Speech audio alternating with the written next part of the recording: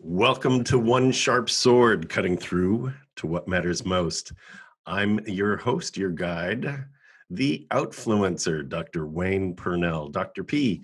And today I have with me a very, did I say very, special guest, Jenny Randolph, formerly Hog Ashwell. Jenny Randolph is an amazing woman with multiple talents, and I am so excited to have you here. We'll dive into all that Jenny has brought and brings, and oh, you listeners, viewers are in for a treat. Jenny, welcome.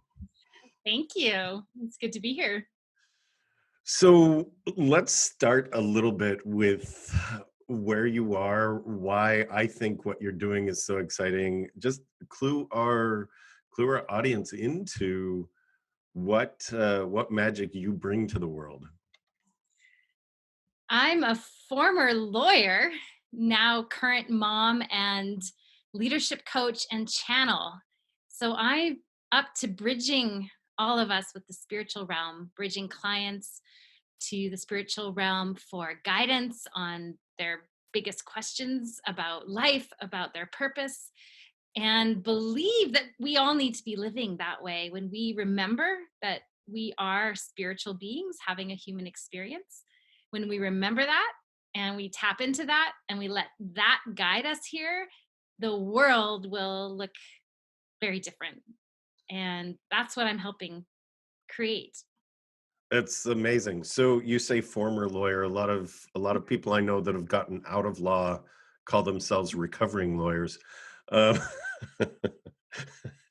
and when we talk about one sharp sword and cutting through to what matters most, you talk about building these bridges and creating this connection, and that really is what matters most, the connection to a sense of spirit and opening to information that may be out there for us. Yes. And that's how I left law. That Was oh, talk I got a talk about call. that. Yeah. So when you say it, yeah, the whole recovering lawyer thing.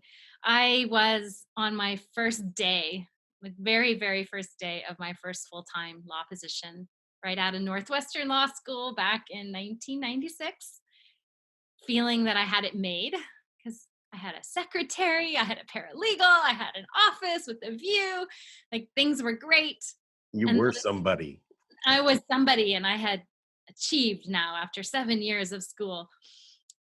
And I thought I had figured out what I was about. And then I walked into the women's washroom and I walked in on that first day and I heard an internal voice and it said, "Remember, there's a different life for you. This isn't it." And I went, "Oh, can I swear?" I was like, "Oh shit." Okay. But it was more like um, oh shit, but oh, right. Like I knew, I was like, "Oh my gosh, that's true. So what do I do now?" So that was the start of listening to something other than I'd gotten really good at the external. What should you be? And very analytical. And I was smart. And I went to Berkeley. And it was like, well, you got to make money. It's the early 90s. Or you're going to go be a lawyer. That's what people are doing. And I just did what I thought I should do, I guess, really. That's really bold, brave, maybe some people would call it stupid, and I'm sure you got a lot of flack at that time that Right. it's like you made it. You went through undergrad, you applied to, which is hard enough, and then got into Yeah. Northwestern, One and of then the best law and schools you at the made it through, you passed the bar, Yep. and on day one you said, or I heard. you heard, this isn't it for you. This is And off track. Like way, like really deep feeling like, oh my gosh, this is not the life I wanted. so many people live their lives that way. They live their lives fighting what they know to be true about themselves and about their path. One of the things that I do is help guide people back to that sense of fulfillment. And so you were fortunate enough, brave enough, open enough to say, wow, okay, this message is way too loud to Yeah. ignore. Yes. And it took 3 years. I wasn't so crazy that I quit day 1. Okay. All right. I didn't walk out that day. I heard it and I took note and I went, "Oh shit." And then I went, "Okay, what do I do?" And then I learned. Like I don't remember what guided me to my first class, but I was guided to a class on intuition. What's beyond our five senses, what's beyond the intellect and the analytical. And I thought, this is amazing. And I felt like it came really easily, even though I hadn't been using that sense for so long, but it just felt natural. And suddenly I was on this path of spiritual growth, reading Hay House books, personal development, and found my passion. So I did that whenever I had free time when I wasn't being a busy lawyer. Amazing. Right? It's And then I left eventually. It was like, enough's enough. Actually, there was a divorce involved and another guy from Canada involved in the whole deciding to finally leave law. okay. So you went through some life transition, you went through some turmoil. Oh, yes. You had this sort of realization, and then turmoil hits.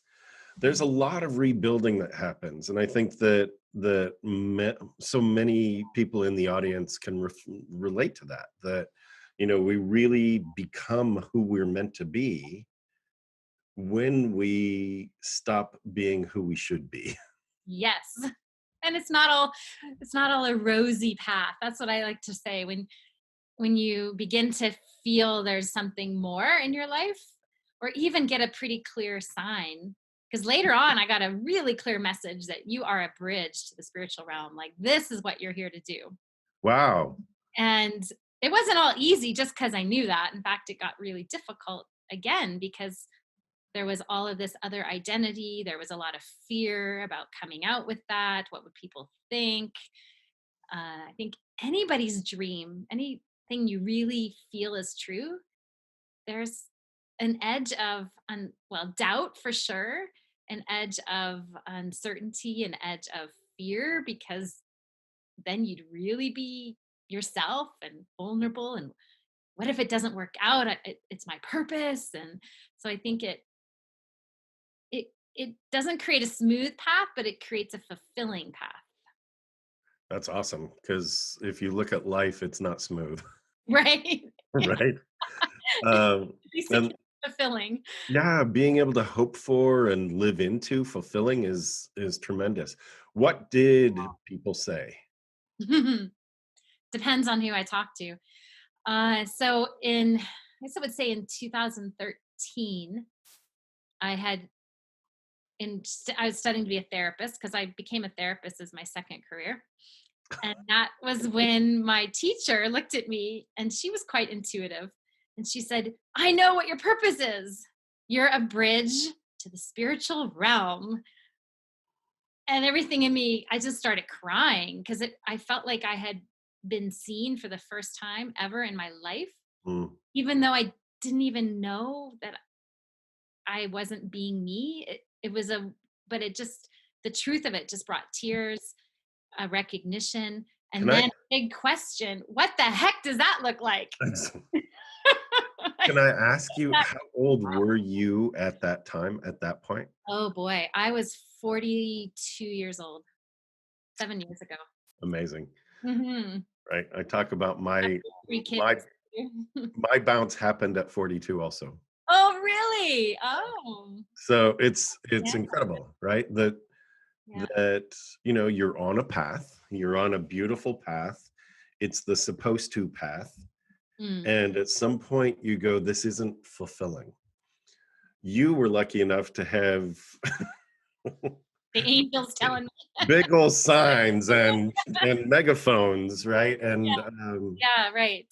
you know, it's great. And And that's now, just as you're saying that, the reason it happened to me so strongly with that internal voice, or the divine voice, because that's what I had to learn to listen to, was to listen to that and to trust that, and then to realize that's my gift, is to help other people hear that, or to bring those messages for other people so that they can also have that information.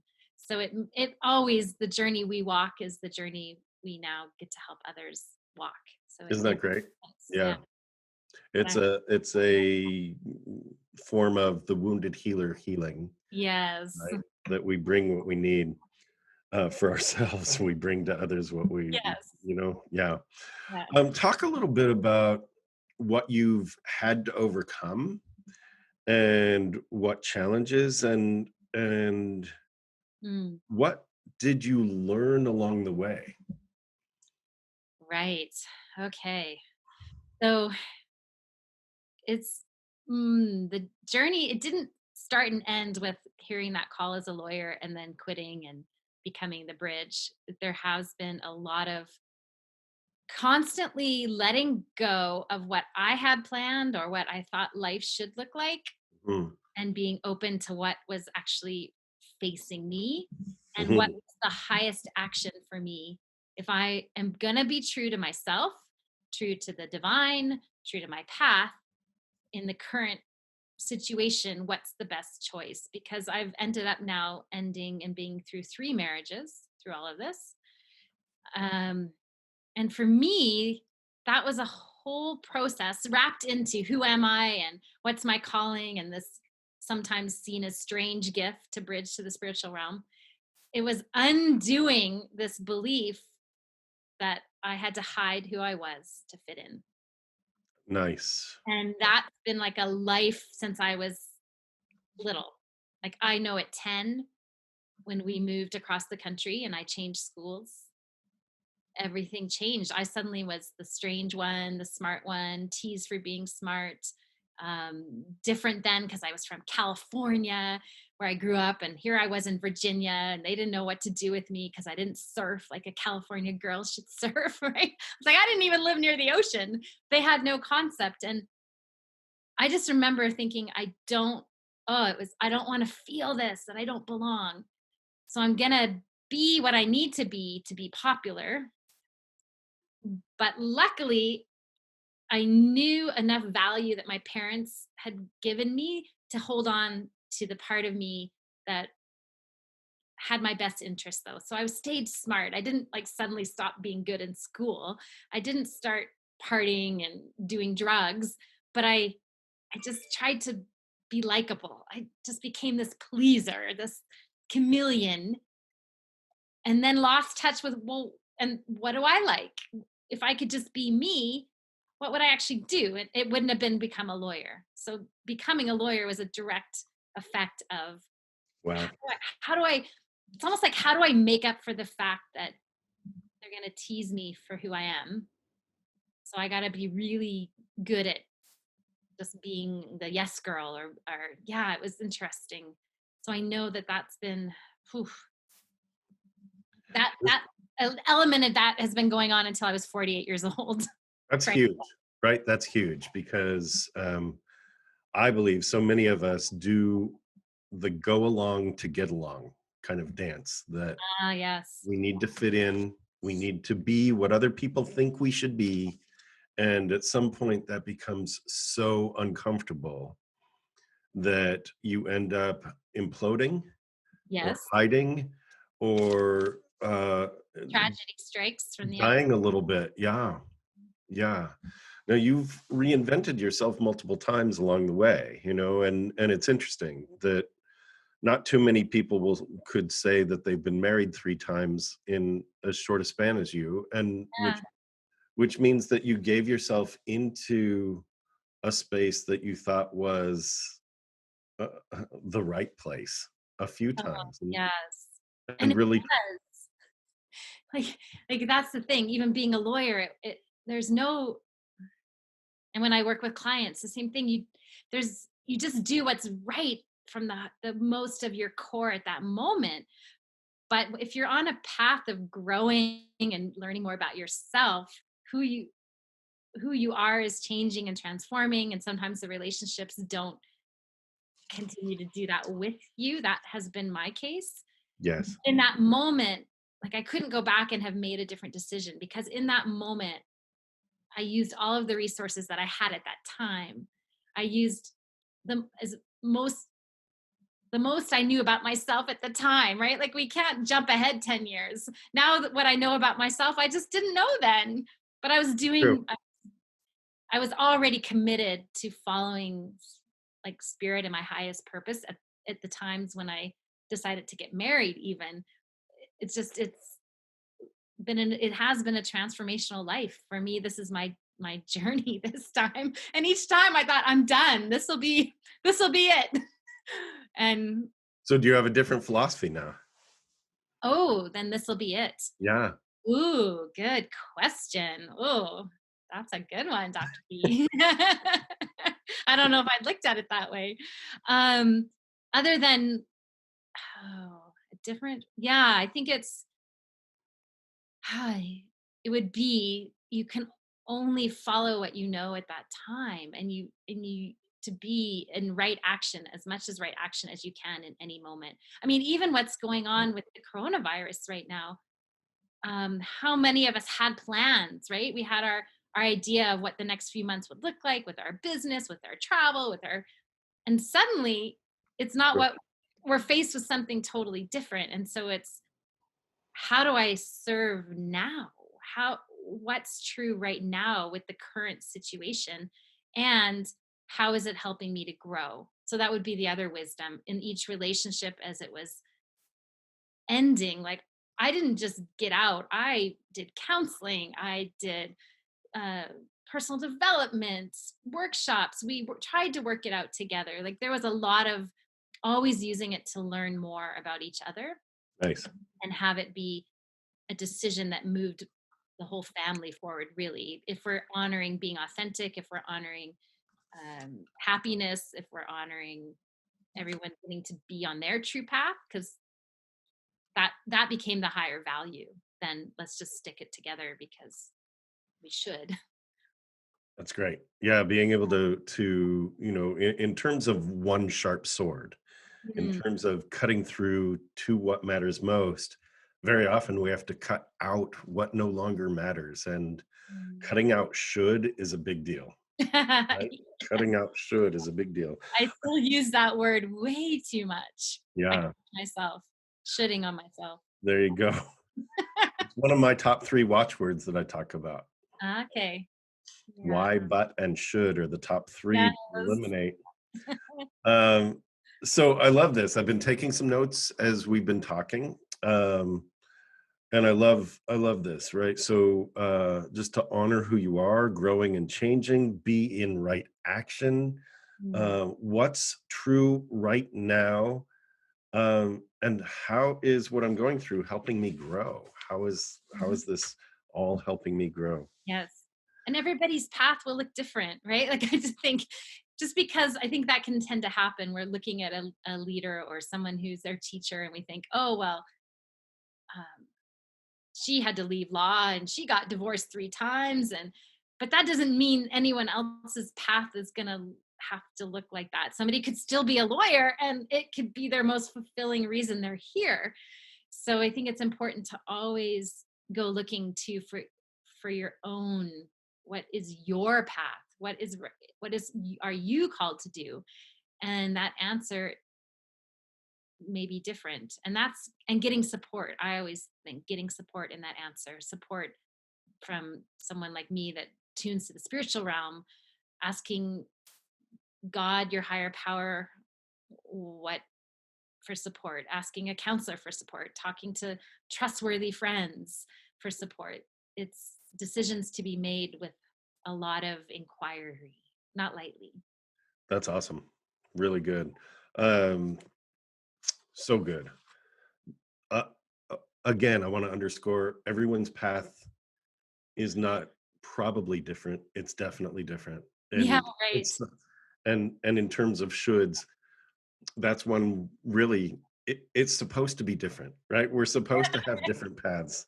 Our calling will be different. And if our calling is identical, we're going to live it out differently, right? Right. You Totally. know, which I is love that. so great. So great. So um I really love that. That totally inspires, like, I just feel I feel a lot in my body, like, kinesthetically, and I'm just there's just, like, so much good juice in that, because for me, it is about celebrating how different we are, Yeah.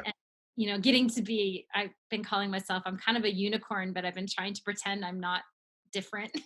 Like, I'm not a unicorn, I'm a regular, horse like everyone else, but really, we all are these unique, one of a kind unicorn, and it's in celebrating that there's just there's juice, fulfillment, passion, acceptance, inclusion. All of that. Mhm. That's so great, right? So I talk about I talk about lifting others, and one of my questions was exactly that. How do you lift others deliberately, actively, positively? I talk about the starts with one movement, Yes. being able to connect one. Oh, very nice. She's I think I don't I know if you can see that. For those listening, Jenny has held up a wristband that says "deliberately, actively, positively starts with one," and it's a wristband that I have and have been giving out. So if you're interested in that, reach out to me and we'll talk about that, and I could get you one. The point is that you have, on a one by one by one by one basis, you have served to rehumanize. And I Mm, think that that is huge. That's what the starts with one movement is about. It's not we should do something, we should get together. It's the unique individual and then group of unique individuals who each say I can, not we should. We should typically mean someone else, and right, we should do something about that. And I can do something about that. I can step in, I can be unique. And Jenny, your work is to help people find their uniqueness, yes. right? So I'll- talk a little bit about how you deliberately, actively, positively step in and uplift. It, starting with one. It starts with one. How do you yes. do? When I think about the starts with one, just every person I meet, it's an energy of acceptance and inclusion, so that when I can the more I've been able to accept myself and not hide who I am, then I meet people in that energy of inclusion. And the thing I want most for them is to know how loved they are and okay and included, and to meet each person in that energy of, and to me, that is spirit. That's seeing we're one. Um, so that's a part of it too, is Mhm. helping people. When I'm thinking of client work, it's helping them find and know and express their uniqueness and their purpose. It's so that's very deliberate too, because I think as each person is connected with that, call it soul, higher self, their heart, the divine, and following it, that changes again the whole experience as a community. It ripples out to the way we treat each other, the way we feel about ourselves, the things we build, the purpose. That's my overriding purpose, is creating the world that lives as one, because I just love that Beatles song, Imagine. Like, I cry. It's just like, that's why I'm here on the planet, is that could actually be true. Imagine we're sharing the world. Imagine we're all seeing each other as one, treating each other with kindness. Great. Mhm. That's great. Just a couple more questions for you. Sure, there's others out there who cry with that song too, right? I'm not the only one. I love that song. It You, just you might say you're a dreamer, but you're I, not the only one. I'm not the only one. I hope someday you'll join me, and There the you world go. will live as one. Very nice. So you have a book, I you have a leadership guide, which is interesting. Can you talk about talk about your cause, your book, and your leadership guide, because you've been talking so much about spirit. Mhm. right? So a lot of times in my experience in working with clients who are very high achievers, um, there's this separation. And Mm, so leadership is not always thought of with connecting to spirit. mhm. And so can you talk a little bit about the guide you're putting together, Yes. which you're going to give as a gift? Is that right, to Yes, our audience? I am. Yes. Okay, so talk a little bit about how this all links together Okay. and what you're giving to our audience. Yes. Okay. So this being a bridge to the spiritual realm started with me connecting to my own. I realized I could connect to the spiritual realm, and I got guidance that I heard Jesus and the archangel say to me, "You are going to write a book for us." And that was like, "Oh, okay, yes." And then, oh my God, what are people going to say? What are my neighbors going to say? And so getting over that, I grabbed my computer, I asked what I was to write. And over a series of months, I would close my eyes and like inner dictation, there was the book. And and then the message was get this book out to the world. And it's called Love's Curriculum, Messages of Enlightenment. And in that book is a call to action to remember that you have a spiritual purpose here, that you are, we could call a light worker, that it's time to remember that you are this divine spiritual being and that you're connected to this love that connects everything in the world. So whoa, here are these messages for the world in the book. And then it was, oh, I'm to help people individually and in groups actually remember that. So to me, that is a form of leading in your life. So whether you're leading a company, whether you're leading a family, whether it's just showing up in your own life in leadership of your choices, to do that in connection with your spiritual self, in connection with your heart and soul. So, absolutely not separate, but that the way we really are meant to lead is the opposite. We're meant to lead in surrender to a higher purpose, in surrender to love, in surrender to, I say, in surrender to the divine, whatever your name for it. But when you surrender to the divine, it's not like you're surrendering to some external, father figure or something. It's surrendering to the fact that you are a divine expression.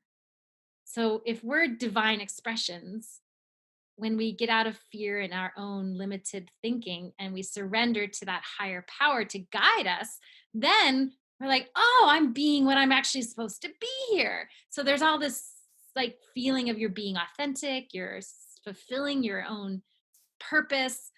So it's this beautiful harmony. And that in the guide, I show daily ways you can align so that you are leading from that place, finding that place in you, connecting more regularly, asking for help from that higher place instead of reacting in fear. And that's what the guide is all about. I'm loving it, Jenny. There's I got on my soapbox there. I love it. No, this is and that's what this is about, right? So Fired up. here's what's great is we I think our audience, each unique listener Mm, has a path, and this has to resonate in some way, and for me, my work with leaders is about finding alignment so that there is a broader, stronger presence. And mm, for you, it's very similar. You come at it so differently, right? How does alignment happen? How do we live into fulfillment?